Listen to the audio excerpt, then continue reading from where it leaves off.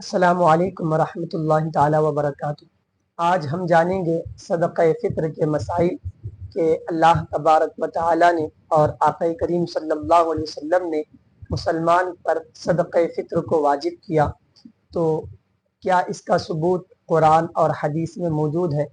تو اللہ تبارک و تعالی نے قرآن مجید فرقان حمید کی سورہ بقرہ میں ارشاد فرمایا وَأَقِیمُوا الصَّلَاةَ وَآتُوا الزَّکَاةَ وَارْکَعُوا مَعَ الرَّاکِعِینَ، نماز قائم کرو اور زکوٰۃ دو اور رکوع کرنے والوں کے ساتھ رکوع کرو۔ تو اس آیت میں زکوٰۃ سے کیا مراد ہے، میں آپ کے سامنے ایک حوالے کے ذریعے پیش کر دوں۔ یہ ہے تفسیر قرطبی۔ امام قرطبی علیہ رحمہ نے اپنی تفسیر کی جلد اول صفحہ نمبر 356 پر مسئلہ نمبر 4 میں فرمایا کہ یہاں زکوٰۃ کی مراد میں اختلاف ہے۔ بعض علماء نے فرمایا کہ اس سے مراد فرض زکوٰۃ ہے کیونکہ یہ نماز سے متصل ہے۔ بعض نے فرمایا اس سے مراد صدقہ فطر ہے۔ یہ امام مالک کا قول ہے۔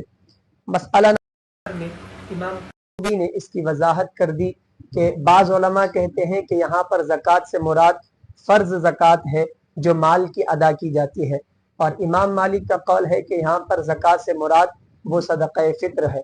لیکن متفقہ قول یہی ہے کہ یہاں زکوٰۃ سے مراد فرض زکوٰۃ ہے جو کہ مال کی ادا کی جاتی ہے اور مال میں سے 40واں حصہ نکالا جاتا ہے۔ محترم سامعین، یہ آیت کریمہ تھی۔ اب میں آپ کے سامنے احادیث پیش کروں۔ سب سے پہلے میں آپ کے سامنے حدیث پیش کروں۔ امام بخاری نے اپنی کتاب بخاری شریف میں روایت کیا، حدیث نمبر ہے 1503۔ آپ فرماتے ہیں عن ابن عمر رضی اللہ عنہما قال فرض رسول اللہ صلی اللہ علیہ وسلم زکاة الفطر صاعا من تمر او صاعا من شعیر على العبد والحر والذکر والانثى والصغیر والکبیر من المسلمین وامر بها ان تؤدى قبل خروج الناس الى الصلاة، کہ نبی کریم صلی اللہ علیہ وسلم سے حضرت عبداللہ ابن عمر نے روایت کیا، فرماتے ہیں کہ اللہ کے رسول صلی اللہ علیہ وسلم نے صدقہ فطر کو فرض کیا، واجب کیا، صاعا من تمر، کھجور کا ایک سا، او صاعا من شعیر، یا جو کا ایک سا، علی العبد، غلام پر، آزاد پر، مرد پر، عورت پر، چھوٹے بچے پر اور بڑوں پر مسلمانوں میں سے۔ اور آپ نے حکم دیا کہ صدقہ فطر ادا کیا جائے نماز کو لوگوں کے جانے سے قبل۔ تو یہ جو ہے امام بخاری نے 1503 سے لے کر تقریباً 1512 تک احادیث کو ذکر کیا اور فرمایا کہ اس میں آقا کریم صلی اللہ علیہ وسلم کا فرمان موجود ہے کہ حضور علیہ الصلوۃ والسلام نے مسلمانوں پر صدقہ فطر کو واجب کیا۔ کسی حدیث میں جو کا ذکر ہے، کسی حدیث میں گیہوں کا ذکر ہے، اور کسی حدیث میں کھجور کا ذکر ہے، اور کسی حدیث میں کشمش کا ذکر ہے۔ تو ان تمام احادیث کو تقریباً 1503 سے لے کر 1512 تک امام بخاری نے مسلسل احادیث کو بیان کیا اور فرمایا کہ آقا کریم صلی اللہ علیہ وسلم نے مسلمان پر صدقہ فطر کو واجب کیا۔ اب صدقہ فطر واجب کس کے اوپر ہوتا ہے؟ تو وہ مالک نصاب جو زکوٰۃ ادا کرتا ہے، یعنی جس کے اوپر زکوٰۃ فرض ہے اس کے اوپر صدقہ فطر فرض ہے۔ تو محترم سامعین، اب ہم نے مالک نصاب اس لفظ کو بارہا استعمال کیا، تو ہم دیکھیں گے کہ مالک نصاب شریعت کی روح سے کون ہوتا ہے، مالک نصاب شریعت میں کس کو کہا جاتا ہے۔ اس کے متعلق میں آپ کے سامنے ایک حدیث پیش کروں۔ وہ حدیث ہے بخاری شریف کی 1405 نمبر حدیث۔ حضرت ابو سعید خدری رضی اللہ عنہ فرماتے ہیں، یقول، آپ کہتے ہیں، قال النبی صلی اللہ علیہ وسلم، کہ نبی کریم صلی اللہ علیہ وسلم نے فرمایا، لیس فیما دون 5 اواق صدقۃ ولیس فیما دون 5 ذود صدقۃ ولیس فیما دون 5 اوسق صدقۃ، کہ نبی کریم صلی اللہ علیہ وسلم نے فرمایا کہ 5 اوقیہ سے کم چاندی میں زکوٰۃ نہیں ہے، اور 5 اونٹوں سے کم میں زکوٰۃ نہیں ہے، اور 5 وسق سے کم غلے میں زکوٰۃ نہیں ہے، تھی جو میں نے آپ کے سامنے پیش کی۔ اب ہم کتابوں کے ذریعے جانتے ہیں کہ مالک نصاب اصل میں کس کو کہا جاتا ہے۔ اس کے متعلق میں آپ کے سامنے حوالہ پیش کروں، یہ ہے رد المحتار۔ اس کی جلد دوم میں फरमाते हैं कि ज़कात किसके ऊपर वाजिब होती है। चूंकि ज़कात जिसके ऊपर वाजिब होगी सदक़े फ़ित्र भी उसके ऊपर वाजिब होगा। तो अब हम पहले ज़कात का निसाब जान लेते हैं कि ज़कात किसके ऊपर वाजिब होती है। तो फरमाते हैं निसाबुज़्ज़हबी 20 मिस्क़ालन वल फ़िद्दती मिअता दिरहमिन, कि सोने का जो निसाब है वो 20 मिस्काल है और चांदी का जो निसाब है वो मिअता दिरहमिन 200 दिरहम। अब मिस्काल और दिरहम ये अरबों के एतबार से वजन बताया गया, और इसी को मैं आपके सामने और एक हवाले से पेश करूं मुख्तसरुल कुदूरी। इसमें जो है इमाम कुदूरी अलैहि रहमा ने बाकायदा 2 बाब बांधे और फरमाया कि बाबू ज़कातिल फ़िद्दती बाबू ज़कातिल ज़हबी। इसमें भी उन्होंने वही जिक्र किया कि 20 मिस्काल से कम सोने में ज़कात नहीं है और 200 दिरहम से कम चांदी में ज़कात नहीं है। अब यहाँ पर मिस्काल और दिरहम का लफ्ज़ इस्तेमाल किया गया जो कि अरबों के एतबार से उसको इस्तेमाल किया गया। अब हम चूंकि आजमी हैं तो हमारी समझ के एतबार से, हमारे फहम के एतबार से इसका वज़न कितना बनता है, 20 मिस्काल का वज़न कितना बनता है और 200 दिरहम का वज़न कितना बनता है हमारे एतबार से, तो मैं आपके सामने वो पेश करता हूँ हवाले के ज़रिए। यह है बहार शरीयत। इसमें मुफ्ती अमजद अली आज़मी अलैहि रहमा ने सफ़हा नंबर 902 पर अपनी किताब बहार शरीयत में हिस्सा पंजुब में जिक्र किया। मसअला नंबर 1 में फरमाते हैं कि सोने की निसाब 20 मिस्काल है यानी 7.5 तोले, और चांदी की 200 दिरहम यानी 52.5 तोले, यानी 7.5 तोला सोना और 52.5 तोला चांदी। इस एतबार से हम ज़कात निकालेंगे कि अगर कोई इंसान 7.5 तोले का मालिक हो या 52.5 तोला चांदी का मालिक हो तो फिर उसके ऊपर ज़कात फ़र्ज होती है। जब उसके ऊपर ज़कात फ़र्ज हो गई तो फिर उसके ऊपर सदक़े फ़ित्र भी फ़र्ज हो गया। अब वो सदक़े फ़ित्र अदा करेगा। 35,700 रुपये अगर किसी इंसान के पास मौजूद हो तो इस ज़माने के एतबार से वो मालिक निसाब हो जाता है।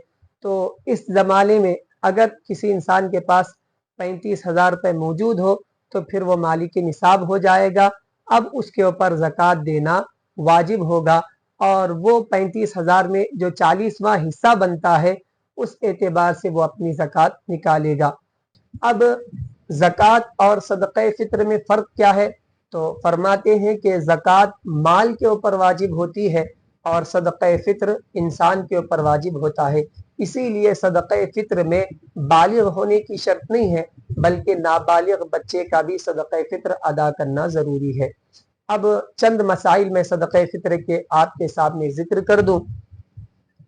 चूँकि सदक़े फ़ित्र की बड़ी फजीलत है, हुज़ूर अलैहिस्सलाम ने फरमाया कि सदक़े फ़ित्र से रोज़े की तहारत होती है, जो लग़वियात और जो बेहुदा गुफ्तगू हमने की होती है तो सदक़े फ़ित्र से अल्लाह ताला हमारे रोज़ों को पाक फरमा देता है। और एक हदीस में मौजूद है, हुज़ूर अलैहिस्सलाम ने फरमाया कि इंसान के रोज़े आसमान और ज़मीन के दरमियान मुअल्लक़ होते हैं। जब वो सदक़े फ़ित्र अदा करता है तो अल्लाह ताला उसके रोज़ों को कबूल फरमाता है। तो ये सदक़े फ़ित्र की हुज़ूर ने फजीलत बयान फरमाई। अब मैं आपके सामने मसअला पेश करूँ। मसअला नंबर 1 में फरमाते हैं, सफ़ा नंबर 335, सदक़े फ़ित्र वाजिब है, उम्र भर उसका वक्त है, यानी अगर अदा न किया हो तो अब अदा कर दे। अदा न करने से साक़ित न होगा, न अब अदा करना क़ज़ा है बल्कि अब भी अदा ही है, अगरचे मसनून क़ब्ल नमाज ईद अदा कर देना है। तो यहाँ पर फरमाया कि अगर आपने सदक़े फ़ित्र रमज़ान में अदा न किया तो बाद रमज़ान भी आप अदा कर सकते हैं। ऐसा नहीं कि रमज़ान में नहीं दिया तो फिर अब वो साक़ित हो गया, बल्कि आपके ऊपर वो बाकी रहेगा। जब भी आप अदा करेंगे वो अदा ही होगा, क़ज़ा नहीं होगा। और इसी तरह फरमाते हैं कि सदक़े फ़ित्र शख्स पर वाजिब होता है, माल पर नहीं। अब इससे ये क्या होगा, एहतराज़ क्या होगा, ये कि जब शख्स पर सदक़े फ़ित्र वाजिब हुआ तो अगरचे वो इंसान इंतकाल कर जाए, जब उसके ऊपर वाजिब हुआ था तो अब उस वाजिब को अदा करना ज़रूरी है। इंतकाल कर जाने के बाद भी उसकी तरफ से उसके वरसा अदा करेंगे। इसी तरह मसअला नंबर 3 में फरमाते हैं कि ईद के दिन सुबह सादिक तुलू होते ही सदक़ा फित्र वाजिब होता है। लिहाजा जो शख्स सुबह होने से पहले मर गया या गनी था फ़कीर हो गया या सुबह तुलू होने के बाद काफिर मुसलमान हुआ या बच्चा पैदा हुआ या फ़कीर था गनी हो गया तो वाजिब ना हुआ।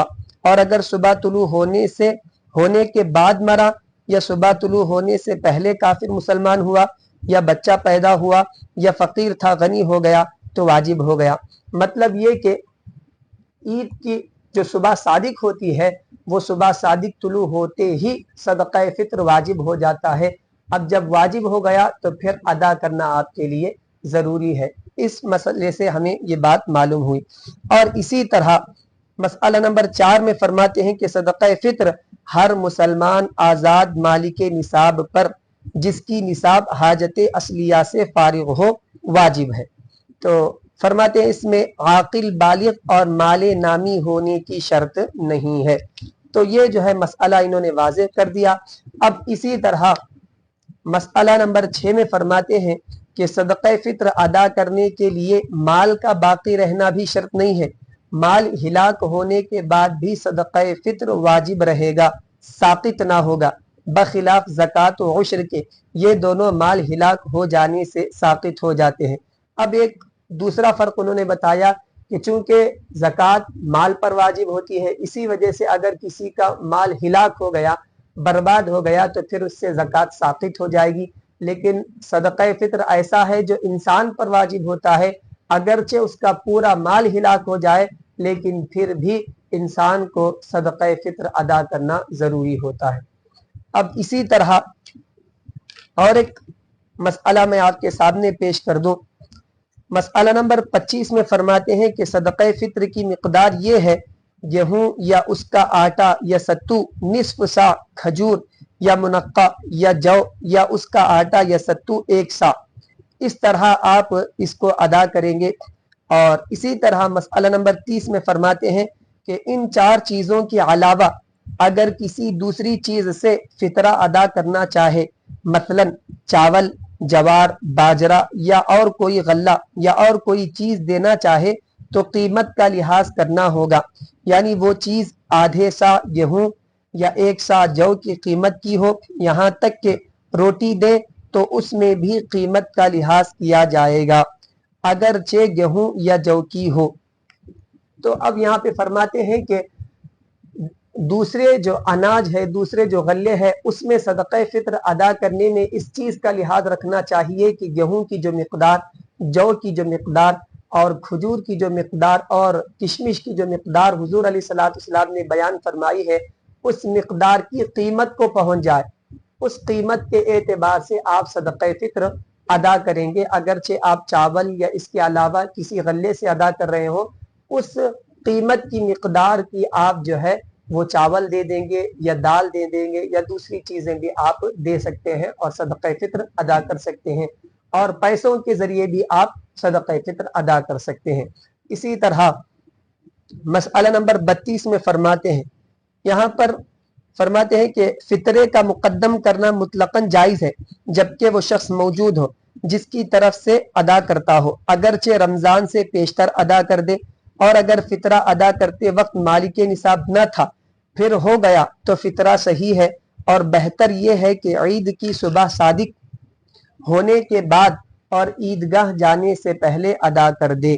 तो यहाँ पर फरमाया कि अगर किसी ने रमज़ान से पहले भी सदक़ा फित्र अदा कर दिया तब भी उसका फितरा अदा हो जाएगा, और अगर किसी ने रमज़ान के दरमियान में भी सदक़ा फित्र अदा कर दिया तब भी उसका फितरा अदा हो जाएगा। लेकिन बेहतर सूरत ये बताते हैं कि सुबह की नमाज के बाद, ईद की सुबह की नमाज के बाद और ईद की नमाज से पहले, इस वक्त के दरमियान आप सदक़ा फित्र अदा करें तो ये बेहतर सूरत है। और एक मसला मैं आपके सामने पेश कर दूं। मसला नंबर 36 में फरमाते हैं, सफ़ा नंबर 940 है, सदक़ा फित्र के मसारिफ वही है जो ज़कात के हैं, यानी जिनको ज़कात दे सकते हैं उन्हें फितरा भी दे सकते हैं, और जिन्हें ज़कात नहीं दे सकते उन्हें फितरा भी नहीं, सिवाय आमिल के उसके लिए ज़कात है, फितरा नहीं। तो यहाँ पर फरमाया कि अब फितरा किसको अदा करें, फितरा किसको दें। تو فرماتے ہیں کہ جن جن حضرات کو زکوٰۃ دینا جائز ہے ان کو فطرہ دینا بھی جائز ہے، اور جن کو زکوٰۃ دینا جائز نہیں، جیسے کہ سید ہے، ہاشمی ہے اور مالدار جو غنی ہے، مالک نصاب ہے، ان لوگوں کو صدقہ فطر زکوٰۃ دینا جائز نہیں، تو پھر ایسے لوگوں کو فطرہ بھی دینا جائز نہیں۔